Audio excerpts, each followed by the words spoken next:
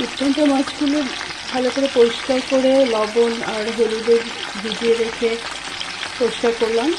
তারপর হলুদ, মরিচ, লবণ পরিমাণ মতো মিক্স করে ম্যারিনেট করে রেখেছিলাম। প্রায় 40 মিনিটের মতো ম্যারিনেশন করা ছিল। এখন আমি ফ্রাই প্যানে দিয়ে দিলাম। আর এই মাছটা ভালো করে ভাজার পরে তারপর সেটা মশলা দিয়ে ভালো করে একটা রূপচাঁদা মাছের গ্রেভি তৈরি করা হবে।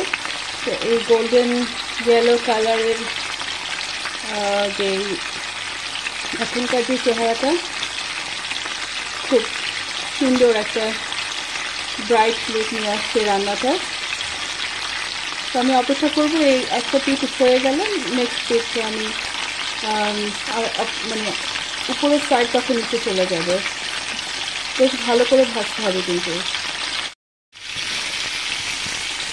মাছের এক পিস হয়ে গেছে, এখন এটা উপরের পিসটা এখন নিচে চলে গেছে। তো আর 2-3 মিনিট ভেজে মাছগুলো আমি নামিয়ে ফেলবো।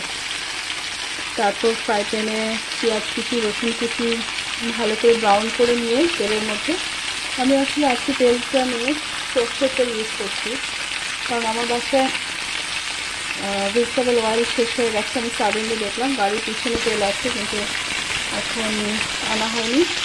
তো আমি সর্ষের তেল দিয়ে আজকে রূপচাঁদা মাছের ফ্রাইটা করছি। আর হচ্ছে